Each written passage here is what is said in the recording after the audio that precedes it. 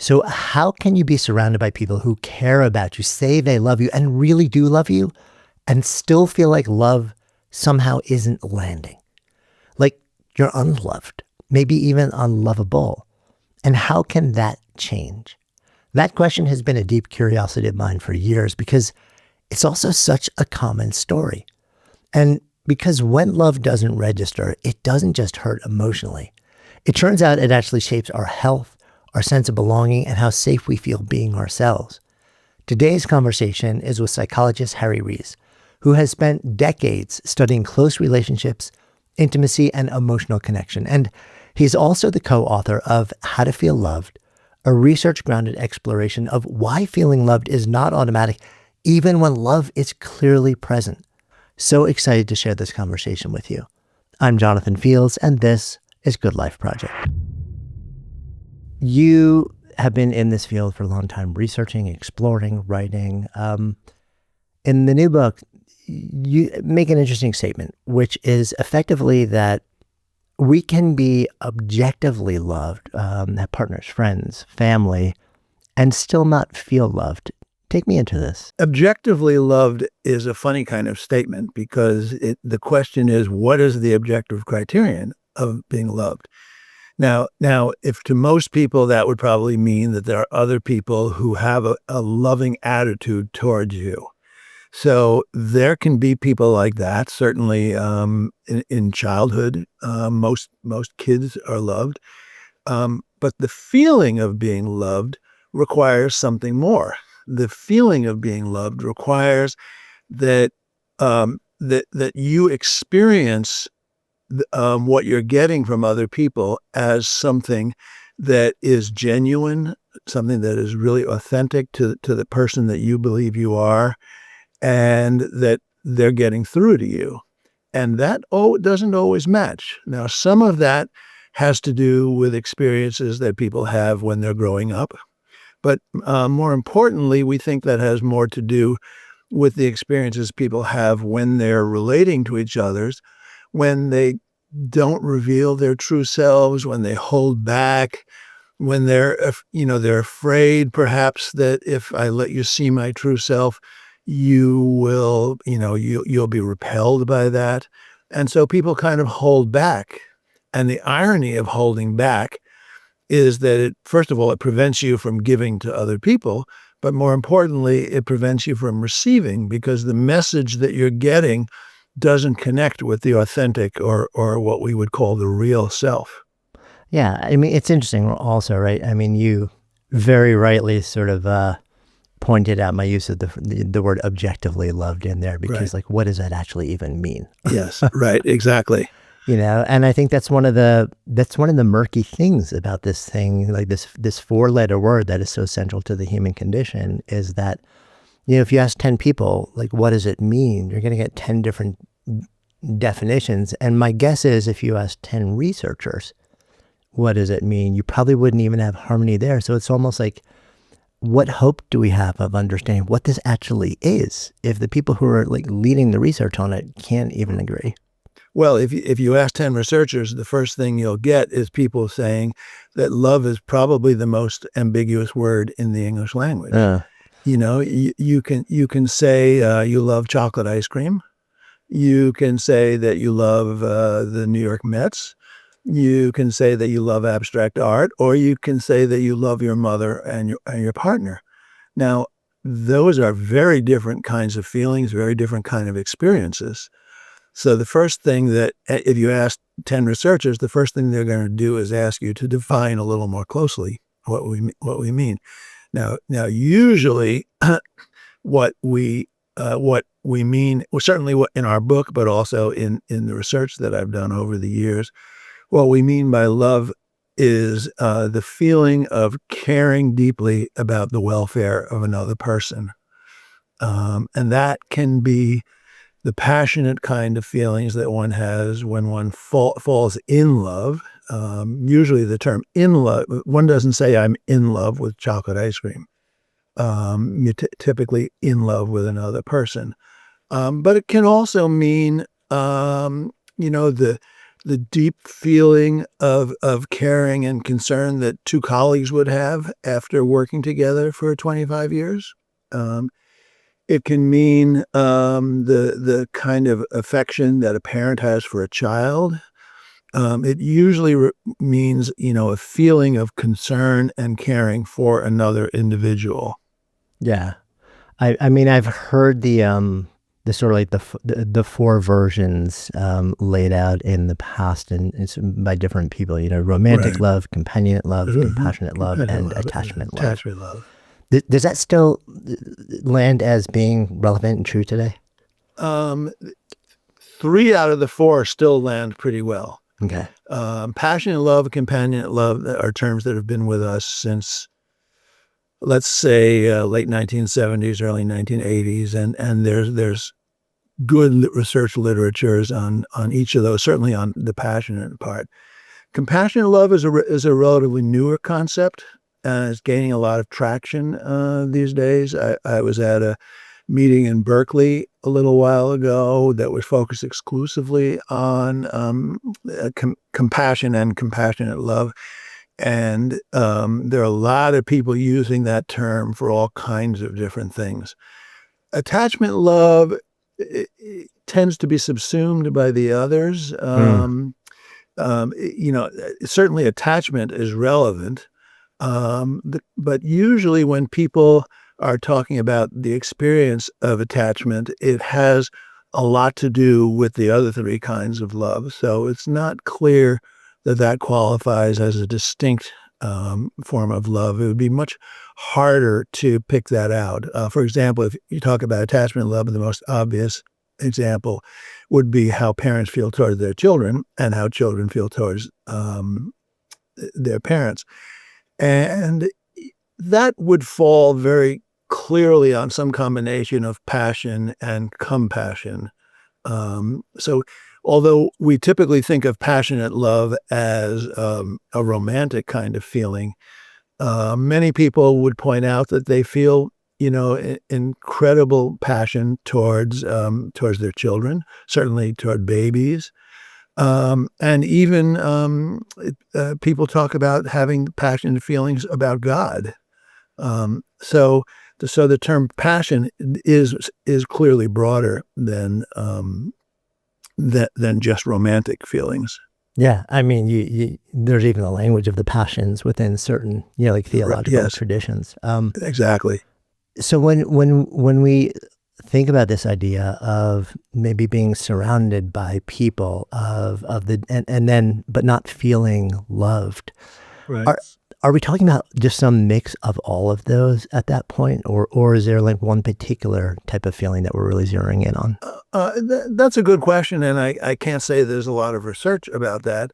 I think we have sort of what you might call normative expectations about the kind of love you expect with a particular partner. Mm. So if I'm going on a first date, passionate feelings would be the kind of thing I'd be looking for. In a long-term marriage, companionate and compassionate feelings tend to be somewhat predominant. Although, interestingly enough, there are many long-term marriages that still do have a high level of passion. There's some really good research by Arthur Aaron and his Yeah. colleagues showing that there's a decent percentage of very, very long-term couples that still have those kind of deep feelings. There's a qualitative difference, to be sure. In young passionate love, it tends to be a sort of what you might call almost obsessional kind of quality that when you're not in the presence of the beloved, you feel like, oh my God, I need to be with that person. And there's lots of literature that documents that nicely. In long-term relationships, you don't see that kind of thing. Yeah. But neuroscience research has shown that there's a lot of similarity in what goes on in the brain in both those kind of relationships. So there's good reason to think of them as being essentially comparable. That's interesting. It's funny. I wasn't aware also that Arthur Aaron's lab had been researching sort of also the the existence of that more passionate love in long-term partnerships and couples. I think he popped onto my radar first a decade ago. I think probably a lot of people like know this one very particular body of work from him. Like it was literally about 10 or 11 years ago when there was there was a modern love column in the New York Times that popped Yes. up. I still remember the title, like to fall in love, Do this. And we all got introduced to this thing called the 36 questions. And it was based on research that he'd been doing in his lab. And that was more like, can we take two strangers and create an artificial condition to let them feel a really high level of intimacy very rapidly. Yeah. But I wasn't aware that he was also sort of researching the opposite end of the spectrum too. It is that column is the most downloaded column from Modern Love. And it got the ultimate compliment in a New Yorker article that was to fall out of love to this. That to me, of course, the New Yorker compliment. would write that. Yeah. Now, in fairness, the Aarons never meant that as a technique to fall in love. Yeah. They meant intimacy. It as a technique to become acquainted and to become close. So if you wanted to equate it with one of the types of love, I would say it's typically closest to companionate love than it is to passion, but yet somehow it got labeled as, to fall in love, and that's how people think about it. So yeah, it's quite the history. Someone could do a little sociological study of how ideas become popular. Yeah. So if we accept this premise then that we can be surrounded by people, in theory, quote, our people, and still feel like we're not getting the feeling that we want. We can be in a relationship for a long time and feel like we're not getting this feeling that we want, whether it's, any one of the different kinds of love. I guess one of the big questions is, if I ask the question, well, why does this even matter? A lot of us will be, but love is everything. And we love the feeling of love.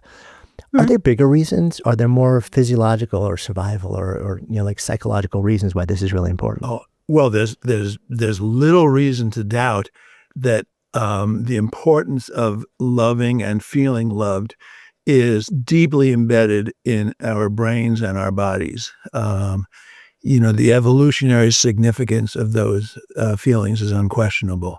It doesn't mean that everybody feels it all the time, but it does mean that in the typical human, there is a whole series of biological processes that regulate all of that. It's been critical to our species.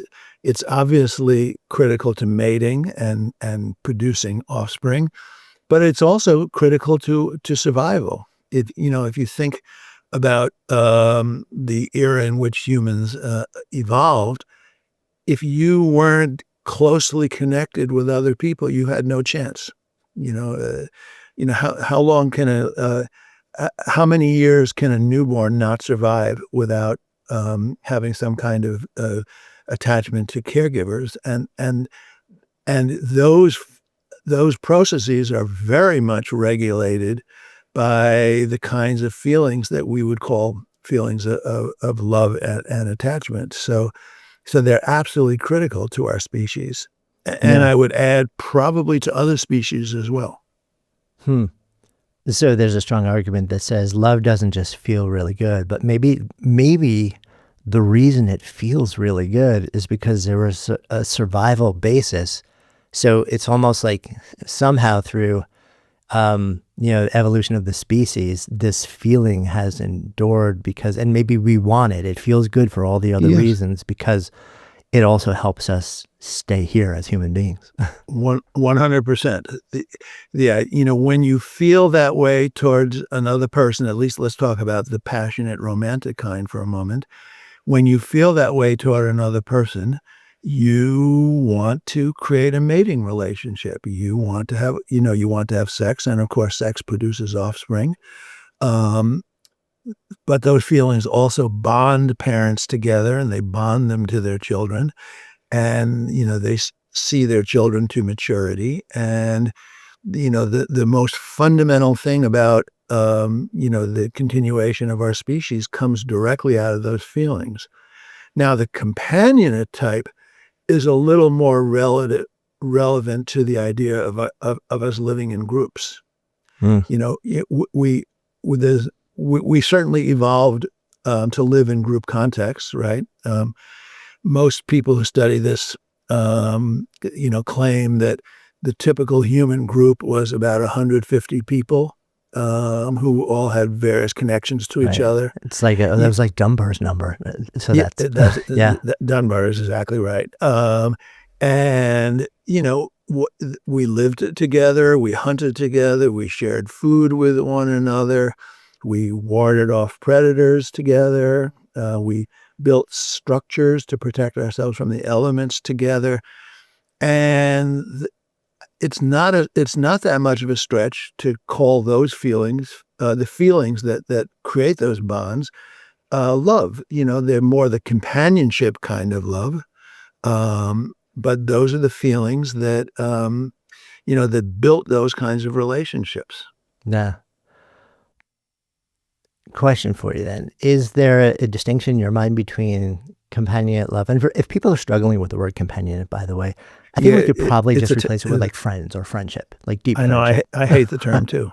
It's a weird word. Yeah. Yes, it Like is. nobody uses that in natural language, but like good friends, long time for like friends that you love. Right. You know, so is there a distinction in your mind between that and the feeling of belonging?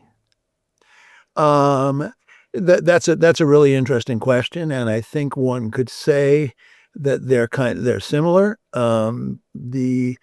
The biggest difference that I would say is that when we talk about belonging, we tend to talk about the feeling that one fits within a group, the Mm. feeling that a group will accept one and not reject one.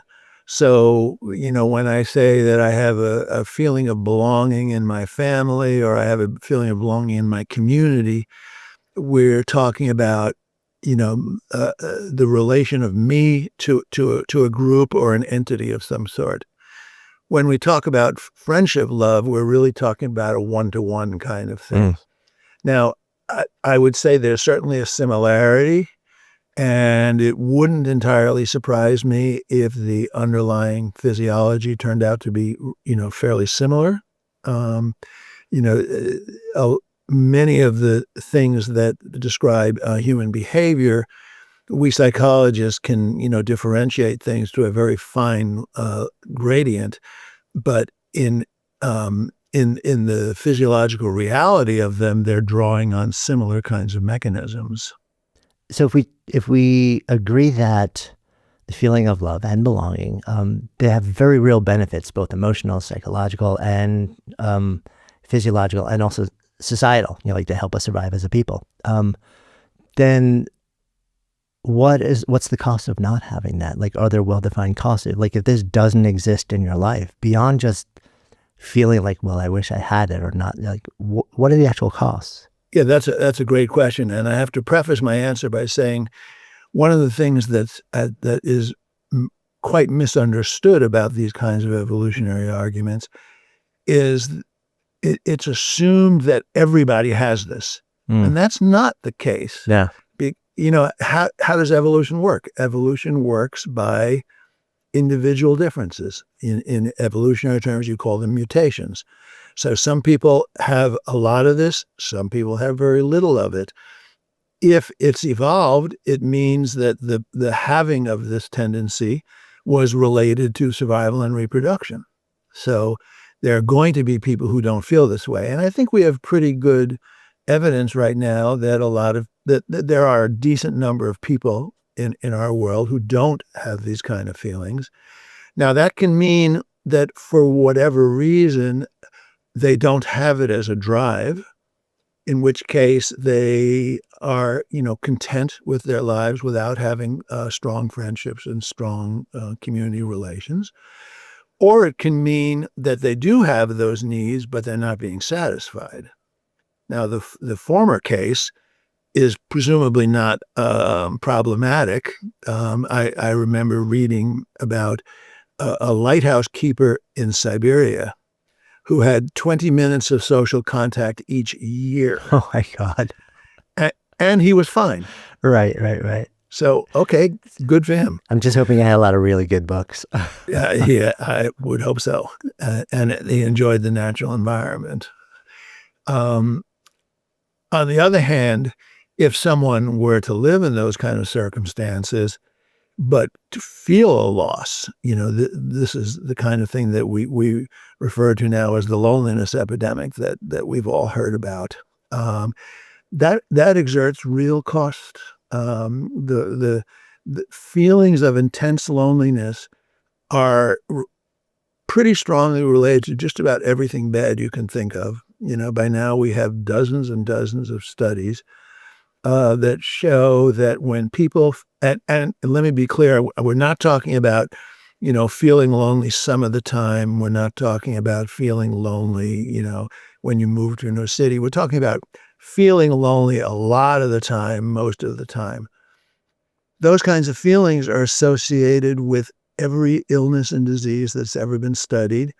People die on average about 7 to 10 years earlier when they're chronically lonely. They have trouble at work. Adolescents have trouble at school. Just about anything that's ever been studied has been shown to be related to a loneliness problem. Yeah, and if you were to hazard a guess, I'm guessing there's data on it. On the spectrum between the hermetic lighthouse keeper in Siberia Yeah. and the typical person in Western culture, where do we fall? Is there sort of where's the top of the bell curve in terms of our need for love and friendship, and also where are we falling in terms of the loneliness spectrum these days? You mean where do we as Americans fall? Yeah, I mean, I guess you could ask that question. I mean, if we just want Yeah. to isolate it to Americans, but or just Yeah. anyone sort of like living in the modern world, I'm curious about. Right. Well, those kinds of data are very tricky to interpret because the way people understand the measures and the way people answer the questions varies from context to context, from generation to generation. People have different expectations for over different time. So I think it's somewhat difficult to draw conclusions. Now, most of us believe that right now, relative to, let's say, 50 and 60 and 100 years ago in America, we're considerably lonelier as a society than we used to be. This concept was made famous in Robert Putnam's Bowling Alone book, which I'm sure you know. Um, so I think it's safe to say that loneliness is a bigger problem than it used to be. There also are quite a number of studies that compare countries to each other. America is sort of right around the middle of those. We're certainly not near the top. The countries that fare best on those are the Scandinavian countries, and there are a number of reasons for that. There are a lot of different explanations that have been given for why loneliness is increasing today compared to the way it was, let's say 50, 60 years ago. Yeah, I remember. I'm forgetting the exact name of it, but there's a sort of a World Happiness Index that like a Yes. giant global survey that happens every year. And I remember reading some of the questions that were part of that survey, and one of them was phrased something like, "Do you have one person in your life where if you felt like you were in need, you could call them, you could reach out to them? Do you have that person?" And Yes. a horrifyingly large percentage of people answered no. Right. And you probably know the research on what age group is most troubled by that, and that would be adolescents Yeah, and even young adults. yeah. So if we're at this point then where we agree that this thing, friendship, love, in particular, and probably a sense of belonging, these things, and of course, like being in love, like these things all matter to us. They make life richer, but they also have they have real survival, physiological, psychological, emotional impacts on us. And when we Right. don't have them, Right. they cause all manner of pain in our lives. Um, are we going about getting them in a way that is actually working? Well, that's such a great question, and there's no straightforward answer to it either. Um, what I would say is some people are and some people aren't. So now, what do we know about the different strategies that people can use? Well, one thing we know is that you could ask yourself the question, why does loneliness exist in the first place? Well, loneliness is signaling that I lack the kinds of social connections that I want. And so a very healthy strategy is, well, go out and get them. You know, if you're sitting in your apartment and you're feeling lonely, call someone up and go have dinner with them. That's a very healthy strategy, and clearly, um, would be associated with success. On the other hand, other strategies that people typically adopt, using drugs and alcohol, binge watching television, are probably less effective. There are healthy, constructive ways of dealing with those feelings, and there are unconstructive ways of dealing with it. I think the trick is to recognize that the feelings exist in order to get us to go out and try to make those connections. If you want a romantic relationship, that's the precursor to going out and making one.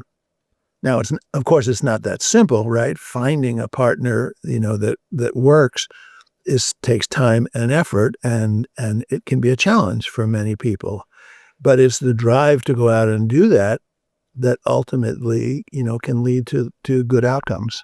Yeah, I mean that what you just said is so important. I don't want to gloss over it also that, the feeling that you're having is kind of there as a motivational source fuel for you to in some way mobilize to put yourself in situations where you can actually make these connections.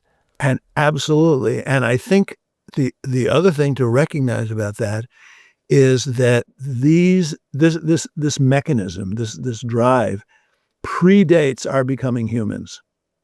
If you look at most mammalian species, an animal is isolated. What does it do? It seeks out other members of its species, its group, its band, whatever. We've all seen the Nature Channel. You see the animals bonding together. When there's a predator around, they form a group. What drives that? Now, I'm not going to say that's the same as a human feeling lonely, but I will, make the argument that the mechanism that exists within the brain of the organism is pretty similar to the mechanism within us humans, that it's designed to make us go out and seek connection Yeah. with others. But you also made another interesting point, and this is a point that I stumbled upon years ago. I was actually working on a book on belonging, and I found the research of John Cacioppo, who's no longer Yes. with us. But Mhm. he was maybe one of the seminal researchers on loneliness. Right. And I remember in the research that he was pointing to, he said, it's actually really complicated because some people, when they have this feeling of loneliness, like this feeling of isolation or estrangement, all sorts of variations of this feeling, that becomes for them this motivator to become social, pro-social. I want to go out. I want to be around people. I want to help other people. I want to join things. Some people, though, I remember the research said, it has the exact opposite effect. It literally makes them antisocial. The feeling makes them feel like they're being shunned, that they're being like unfairly, like banned, and it actually makes them antisocial, and it inspires feelings of rage, and it's almost like the exact opposite. And the story is complicated. It sounds like.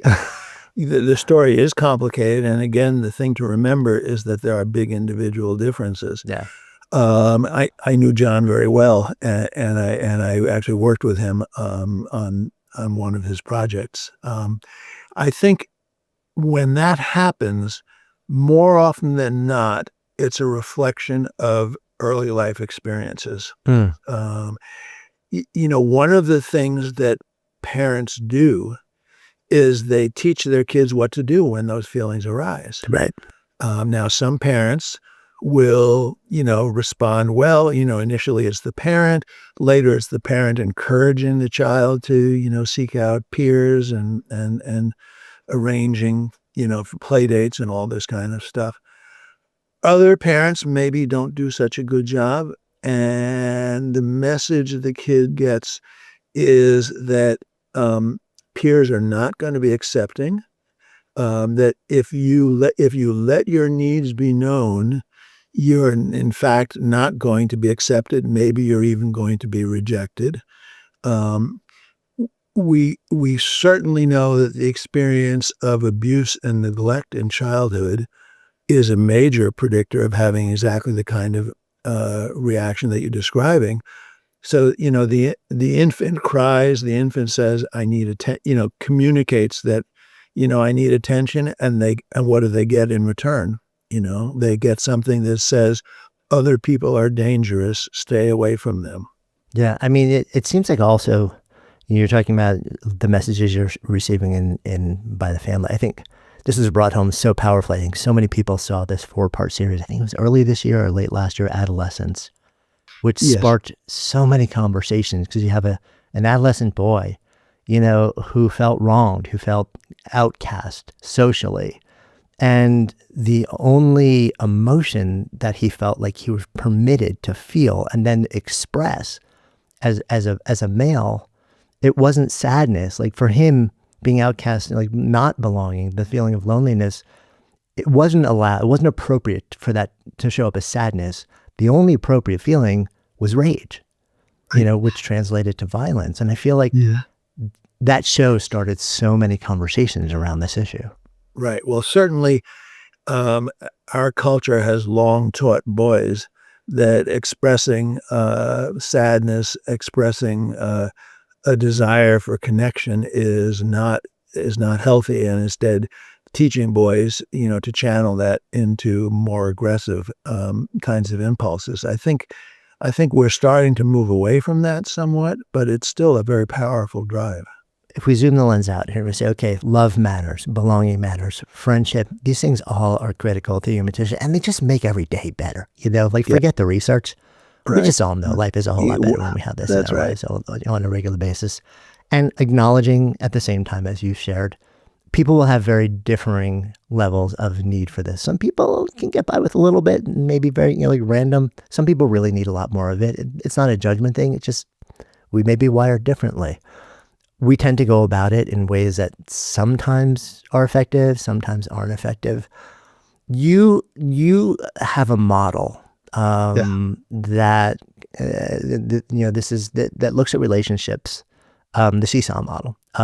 It kind of says, why don't we look at this a little bit differently? That a lot of what we're yearning for, the feelings that we want to get and also give, fundamentally comes down to developing a back and forth type of dynamic in a relationship and also understanding these 5 distinct mindsets. Right. Take me into this. Well, let's talk about the seesaw model first. Yeah. What's one of the most powerful dynamic processes in human behavior? It's reciprocity. We respond to other people in the way that they have treated us and in the way that we expect that they're going to treat us. So the seesaw model is based on the idea that in order to feel loved, what you need to do is help your partner feel loved. So if I help you feel loved, in most instances, not 100%, but in most instances, that will lead to a cycle of behaviors that will end up with my feeling love. We call it a seesaw because the idea is if I lift you up, then you will lift me up. So we can do that both ways. So the irony is that one of the best ways to create the kinds of interactions that will help you feel loved is to do that for the other person.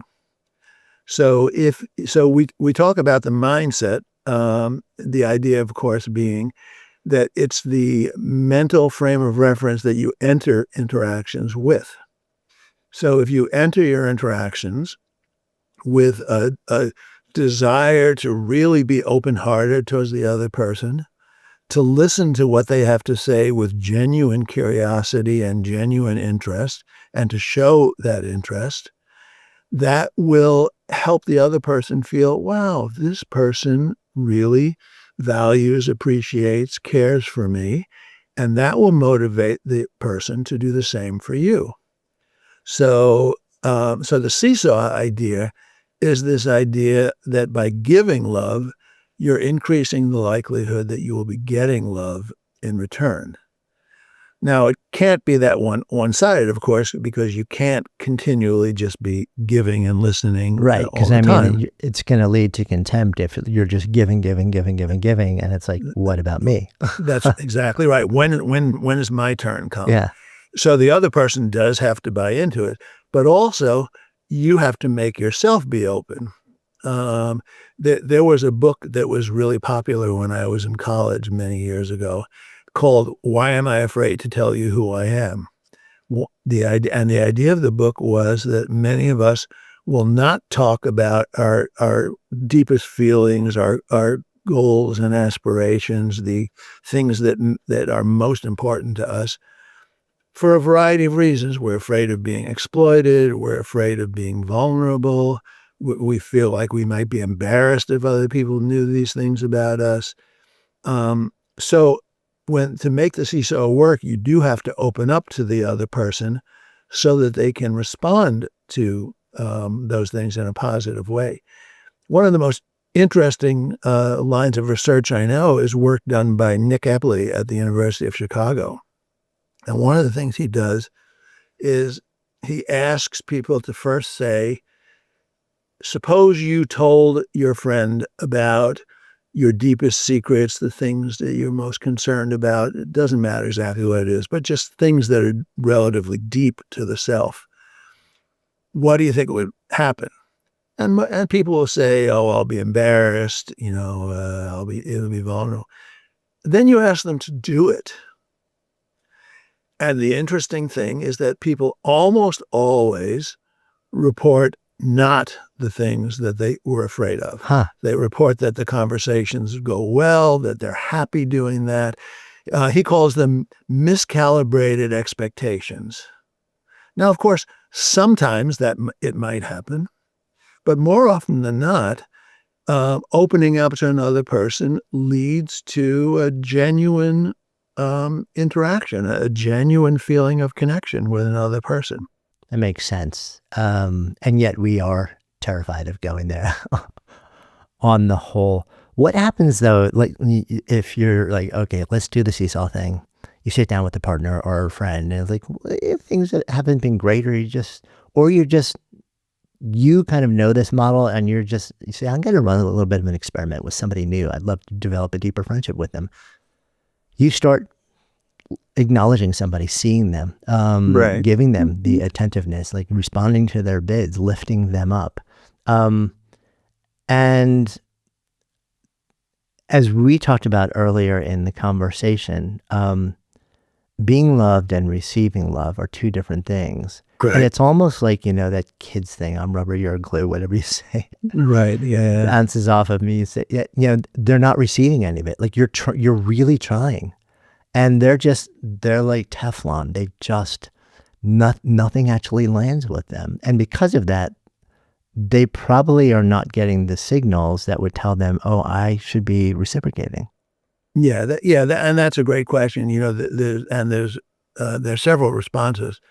The first response I would say is that trying it once doesn't work. Yeah. You spend 2 minutes doing this and you say, see, they were wrong. Right. This is more of a long-term kind of thing. Maybe they're having a bad day. But I would also say that if you've tried this genuinely and, with a reasonable degree of effort and time, then the argument is maybe it's not the right person for you. Mm. This isn't going to work with anybody. You can't just walk over to some person. You can't just, you know, uh, go over to the most popular kid in your school and expect them to, be your friend just because you opened up to them. It's a case of sort of picking your targets well, picking people who are likely to respond well, people who are, what I would call good matches.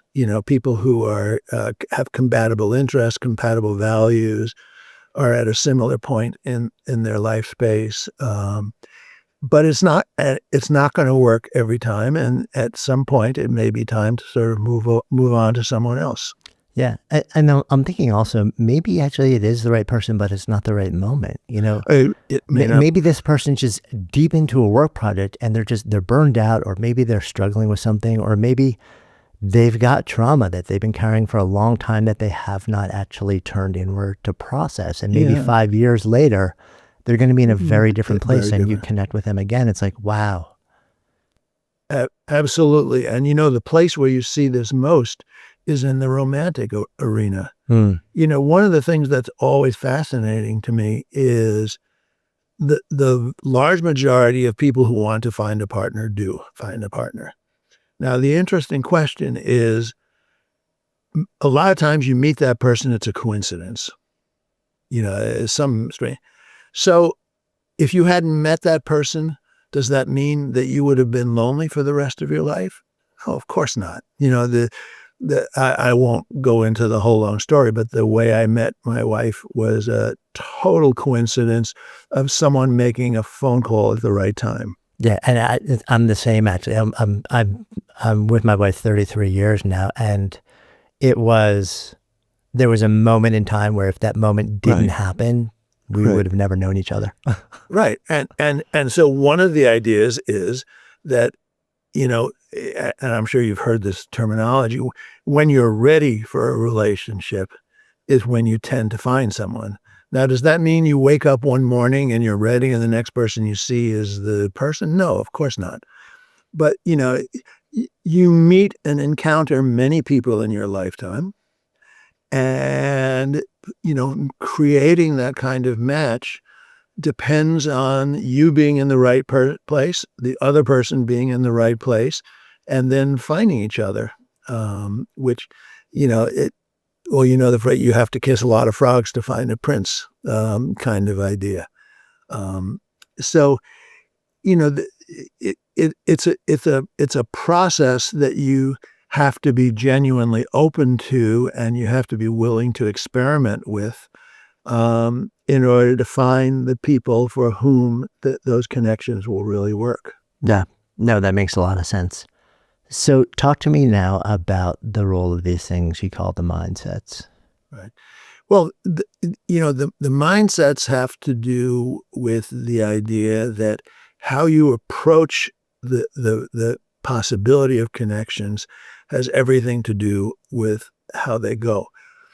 Let's talk about listening. Listening is in many ways the most interesting of the 5 mindsets that we talk about. It's one that is starting to be a very popular idea in research. And one of the really fascinating statistics about listening is that something like 85% of people say they're good listeners. But when you ask people, how often do you experience good listening, it's about 8%. Uh, Somebody's wrong there. somebody's wrong. Right. And I took part in a workshop in listening a few years ago, and I will admit that I thought I was a really good listener at that time. And I was terrible, and it was really hard. Stephen Covey has talked about the idea that we don't listen to learn, we listen to respond. Right. While we're listening to the other person, we're thinking about the next thing we're going to say. One of the things that's really important, and we actually have 2 mindsets embodied in here. One is called the listening mindset. The other is called radical curiosity. The idea is really listening to another person with interest, as if there was going to be a test on this tomorrow, so that you're really trying to learn what the other person is about. And more than that, you're making the kinds of questions, giving them the kind of nonverbals that encourage them to go deeper. So you're saying things like, how did you feel when that happened? Mm. Or if you've just met someone, you could say, what's the best thing that happened to you in the last week? And then really sort of going deeper in these kind of experiences. It's amazing how powerful that can be. The cocktail party effect. Someone asks you a question and you answer it, and then they go on to talk about something else. If you respond to what they say with genuine interest, it's almost like, huh? Wow. And they typically will buy into it.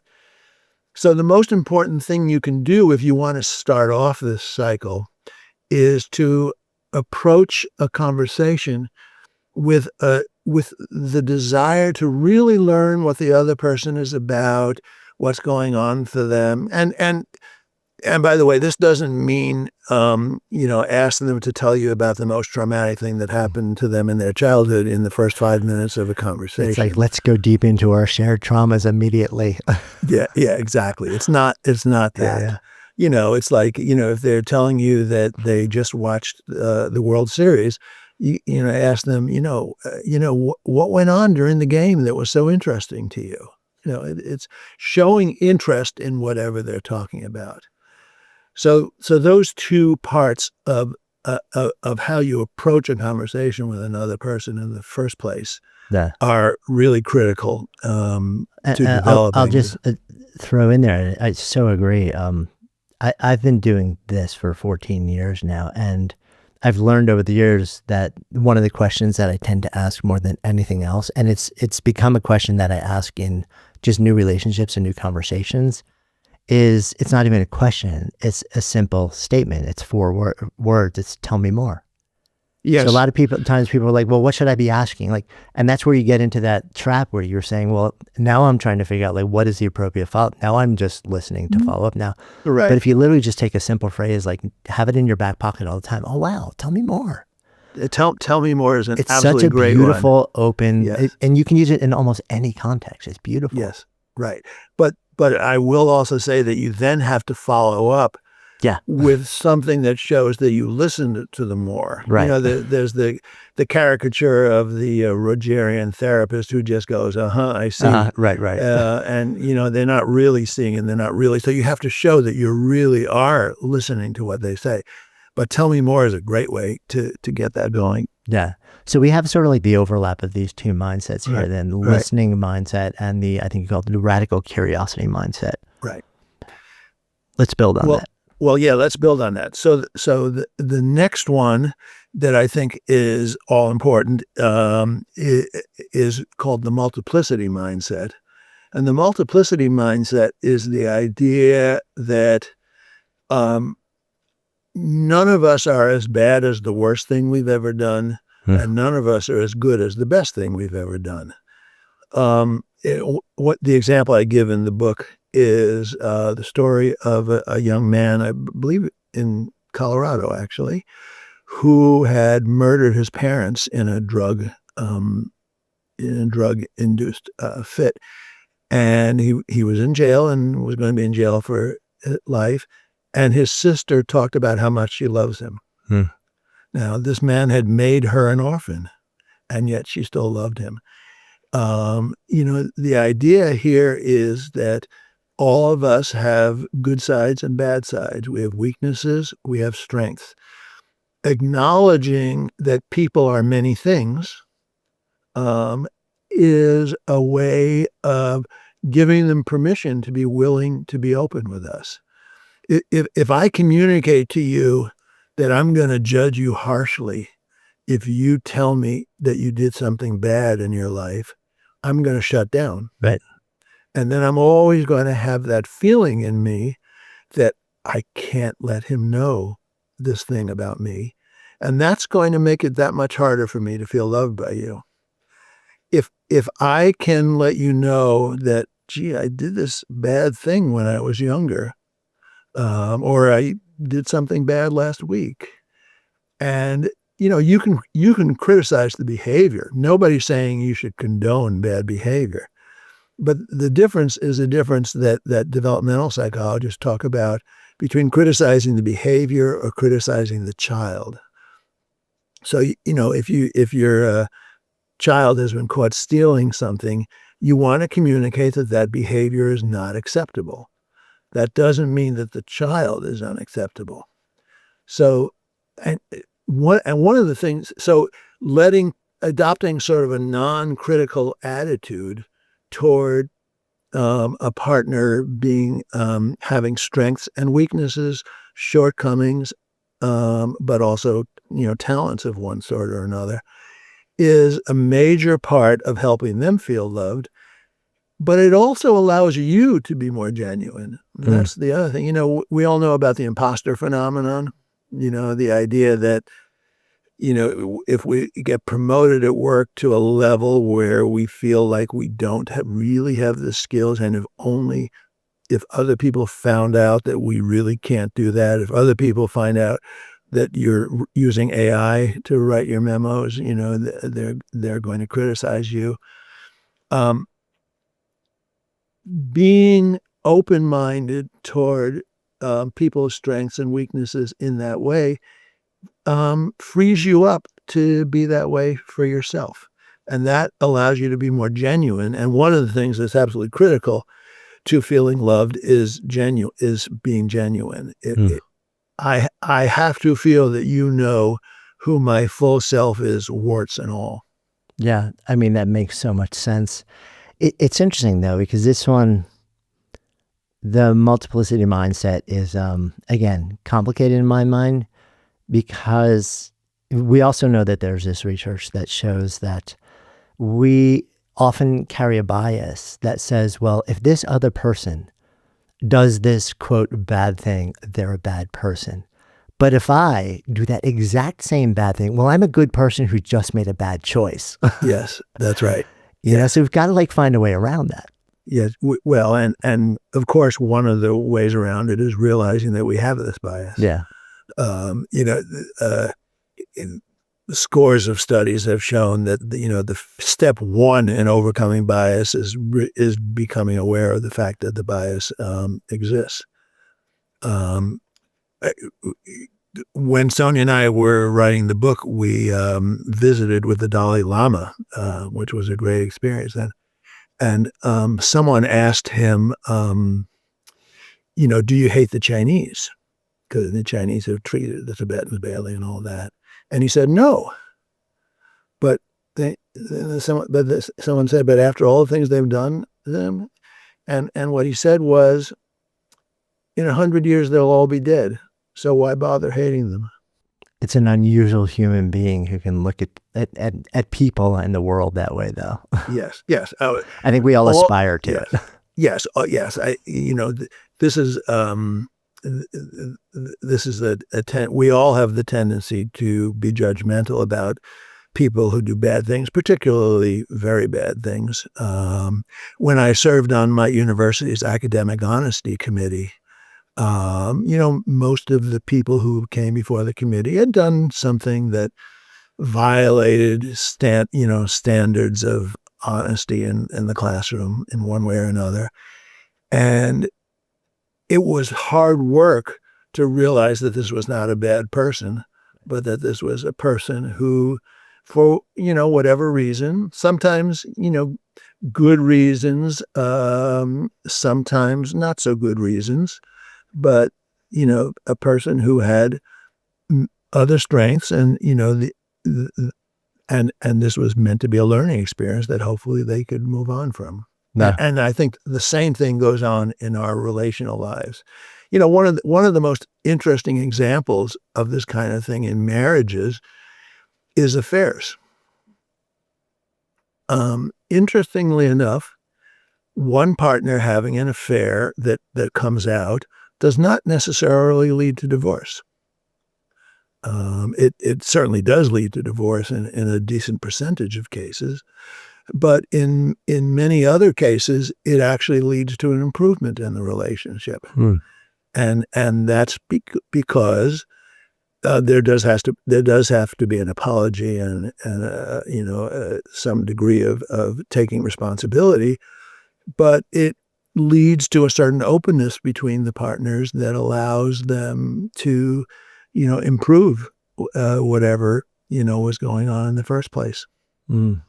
I mean, I think that also leads to one of the other mindsets, open heart mindset. Yes, yes. The open-hearted mindset is the one that most people will likely be familiar with, and that's simply the idea of approaching others with an open heart. That is, with kindness, with generosity, and with the intention of benefiting them in some way. Um, this runs the gamut from little things like holding the door open for someone when they're following you into a building, to contributing to a GoFundMe page, to donating blood or a kidney. Approaching others with an open-hearted mindset is absolutely critical to creating that seesaw kind of interaction. Simply because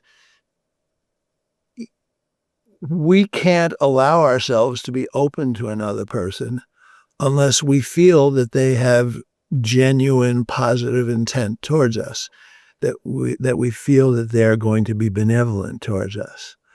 I'm going to be that much more willing to be open with you if I know that you are going to be compassionate about that. You're going to be kindly to that. Similarly, I'm going to be more willing to be compassionate to you if you're compassionate to me. Again, that norm of reciprocity becomes important. There's legions and legions of studies showing that people will reciprocate kindnesses that are done to them. The not necessarily even, but to that person. There's the pay it forward idea. I don't know if you've ever driven up to well, we don't have toll booths anymore, so I guess this can't happen. But it I know where used you're to going be, with this. Yeah, yeah. yeah, Back in yeah. the olden days. Back in the old days, when and they would tell you the person before you paid your Yeah, toll, yeah.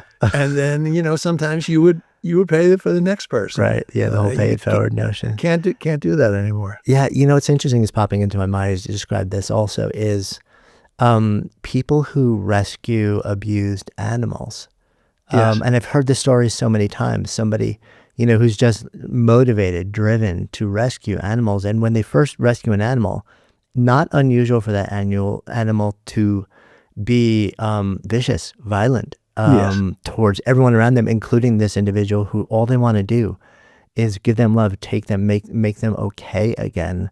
And yet there's something in the individual, in the rescuer, that says, there's no reciprocity happening right here. If anything, I Right. am being attacked for every effort that I put into this. But Right. there's something in me that knows that this is all coming from a place of wounding. And if I keep showing up gently in the right way over and over and over and over again, that with that open heart, with the warmth and Losing the acceptance and connection compassion, again. that this is going to make a difference, and that behavior is going It'll to come change, back in and a they second, I will think. at some point be there to receive it. Yeah. And whether it gets reciprocated back, with Yes. licks on the face or whatever it may Right. be from a dog, is almost, I think, less important to them. But there's something in them that says, I see the pain in this other person. I know that it's not, this is not because they're a quote bad dog. It's because they've been through bad things, and I want to help the goodness become central to that being again. Well, and you see this with shy, reclusive animals as well. True. They will hide Right. away, and they will not come out. But if you're patient with them, eventually they'll take one step forward, and My wife works in an local animal shelter on Thursdays, as a matter of fact. And, she has that experience with the animals. Initially, that, who is this person? Can I trust this person? But not always, but usually, if you're kind to them for a long enough period, they will respond to that. Yeah. And this goes back to the concept that you were sharing earlier, where a lot of these ideas, the mindsets, it's not about, let me try in this mindset for 3 minutes. This is not saying, well, let me actually see if I can step into a relationship over a period of time and keep stepping into this mindset. And even when it feels like it's being rejected, keep saying, well, what if I keep showing up this way? What if I keep showing up this way over a reasonable period of time? But it's generally not like a hot second type of intervention. Yes. But, you can also think about it from the other side. So suppose you don't approach the person with a kind mindset, but instead with a hostile, defensive mindset. You're guaranteeing Yeah. that you will not form a connection. Sure. Whereas if you approach them with an open mindset, at least there's a chance that kind of connection will occur, and won't always. And you do have to protect yourself in those situations. Right. But more often than not, that will work. Yeah. And that brings us to the fifth mindset, also the sharing mindset. Yeah. The fifth mindset is the sharing mindset, or the idea that we touched on earlier, that you have to be open about who you are as a person. You're not going to feel loved if all you're doing is being there for the other person. If you're just giving. To feel like you're being loved, you need to make yourself known to the other person. So you have to be willing to be open. You have to be willing to be sharing, your full story, the full who you are. You can't be on your best behavior with the person every minute of every day. You have to be willing to be open in order to, and the purpose of this is not just to be revealing yourself. The purpose of this is so that the esteem and the love you're getting back is experienced as genuine. If I give you a curated version of myself and you express, wow, that's really fantastic, I think you're such an interesting person, I'm not going to experience that as genuine, because the person you're loving is not me. It's my curated image. And so many of us go through life feeling that way. The obvious example of this is online dating, where the profiles that people post are very curated, and of course they do that because they believe that you're more likely to get a positive response if you present yourself as beautiful, smart, accomplished, successful, athletic, fit, all these things. And that's all well and good for step one. But unless you get past that, you're not going to experience that person is loving the real you. And ultimately, what we want is, for other people to love and respect the real you, the real me. And I want to stress, this goes beyond romance. Let's talk about, being on a work team. If what you're constantly doing on the work team is saying the things that will please other people on the team, when you get positive feedback, it's not going to ring true. What you want to be able to do is express what you really believe about the work, how you really feel about the work, and what your ideas are. And if you get positive feedback for that, that's how you feel valued. That's how you feel like you really belong on the team. Yeah. I mean, that lands so powerfully. I feel like so many people are walking around these days, and they present an image of themselves, and social media makes this so much easier. But even, we have the ability to curate the way that we show up in different contexts so easily these days. And we may have all these people who are following us and they're interacting with us and they're like, you're the best. And they're saying all these different things and come like, welcome into my community, welcome into my friend group. Like, and on the surface, you're like, wow, you must feel amazing inside. And you feel completely hollow. And you're trying to figure out why do I feel this way? Why am I so lonely when I've got all these people in my orbit in 5 different orbits who say how much they welcome me and want me and love me? Is because it's not, as you're describing, it's not actually you. It's the avatar you're projecting. And you're never going to get what you actually want if all they ever get is the avatar. Exactly. It's perfectly fine to use that avatar as a way of starting connections. Yeah. I'm not saying people, you don't want to trauma dump. You don't want to present, your flaws in the first 5 minutes that you're meeting somebody. But that should be the goal, that you want to get to that stage so that you can, we want to feel authentic. We want to feel like it's the real me that's out there in the world. Yeah. I mean, that brings us all the way back to, Arthur Aaron's 36 questions, where it was That's those 3 right. couplets that start kind of superficial. And then every question kind of brings you a little, and it requires this progressive mutual vulnerability, but it doesn't start with the most vulnerable side. It starts acknowledging we all kind of need to feel safe. We want to present our best selves. But over time, we need to unfold if we want to feel genuinely connected. But yes, and I've done the 36 questions in my classes many, many times. So I've seen hundreds of pairs doing this.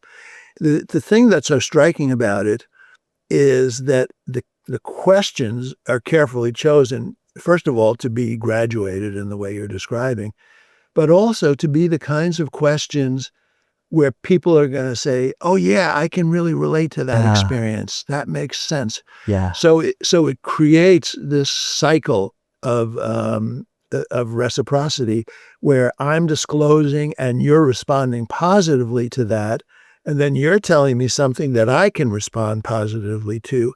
And so it creates this dynamic of, I feel really connected to you because we've shared both sides of the process. Yeah. No, that makes so much sense. I want to ask one other thing before we wrap up also. And it really touches into this last part, because you're talking about, we want to feel that there's something genuine here. There's an authenticity to the interactions that we're having.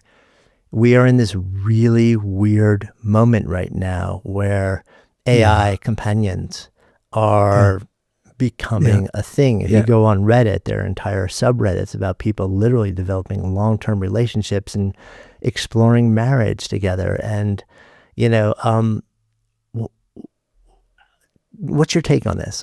Yeah, that's a great question. And I'm so glad you asked it, because I love thinking about that. And I've thought about it a lot. Yeah. Okay, here's what we know. Many of those Reddits, no, I'm sorry, not Reddit, many of those, let's call them chatbots, are programmed to be really good at giving feedback. By now the models are pretty sophisticated. They know how to be validating. They know how to encourage you to open up. They know how to, give you that feeling of, wow, there's somebody there really listening to me. And when you do studies that take that feedback, but then you tell people that it's coming from another person, they really respond off very, very well.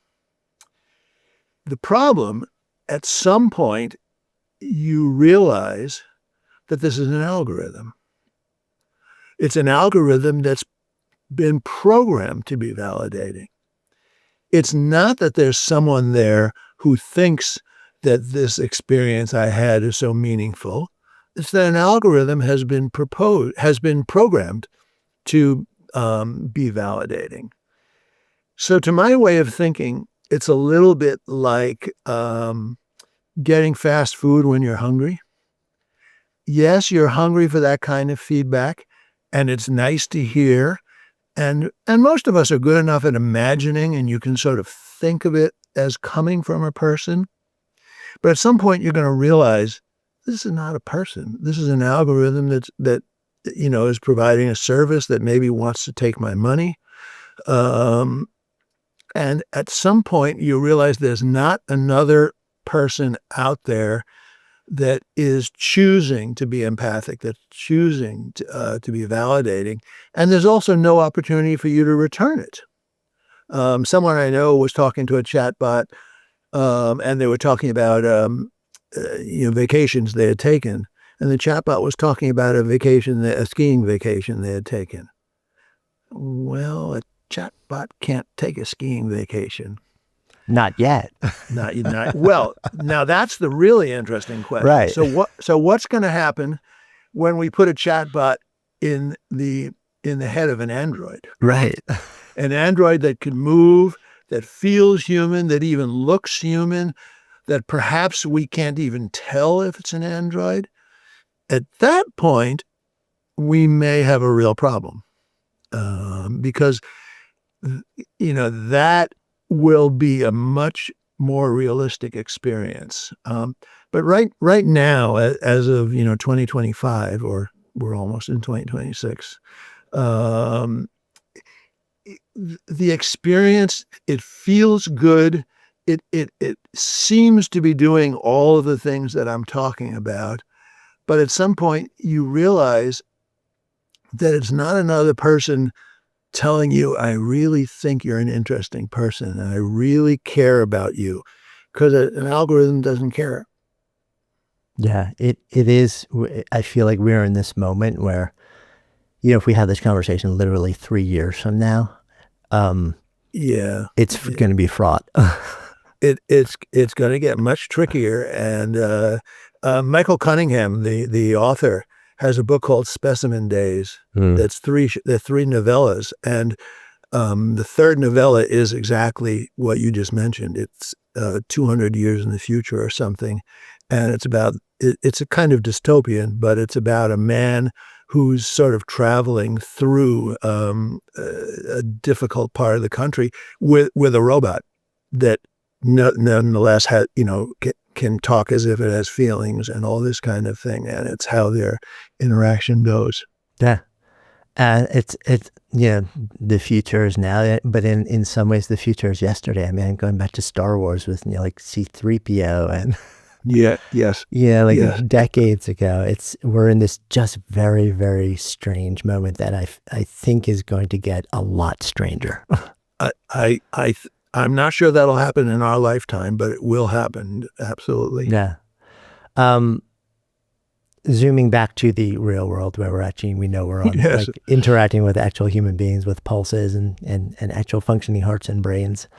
The 5 mindsets, the Seesaw model, it feels like what I love also, and I want to just sort of double tap on what you said earlier, which is, yes, these are valuable tools when we think about the context of romantic relationships, long-term partnerships, intimate partnerships. And at the same time, these are, it's a basic set of tools and mindsets where if you think about how do I deepen into friendships? How do I deepen into relationships with colleagues? It functions on it's a set of tools that function really on any level or any context of relationship where you want them to feel more real and genuine, where you want to feel more from them, and you're also open to giving more to them. Does that land?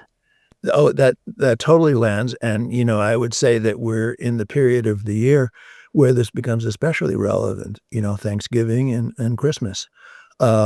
These are tools that especially will work with the relative you haven't seen since last year, and you can keep the conversation at a superficial level, and, that may be okay. You may have a sense of belonging, like, this is my family and I'm connected to them.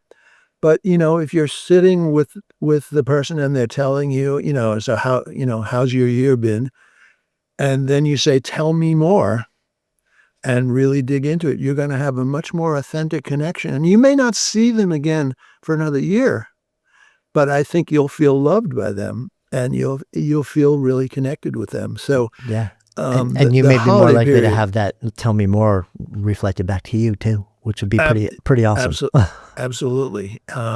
And if they don't actually ask you the tell me more question, because they haven't read the book, what you can do is, open up, be a little more self-disclosing, be a little more intimate, and see how they respond.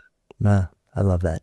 Feels like a good place for us to come full circle as well. So in this Container of Good Life project, if I offer up the phrase to live a good life, what comes up?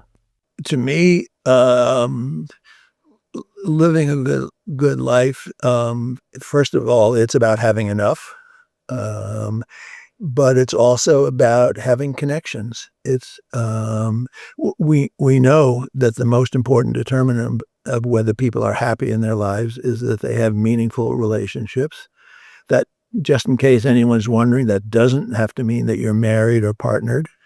You can have other kinds of connections as well, but having meaningful connections with other people is the number one criterion to being happy in life. Other things matter also, but it's those connections and relationships that are most important. Thank you. If you haven't yet subscribed to the show, it would mean the world to me if you took just 2 seconds to tap on that subscribe button. It helps us grow our Good Life Project community and continue creating the best possible show that we can for you. And it ensures you'll never miss an episode.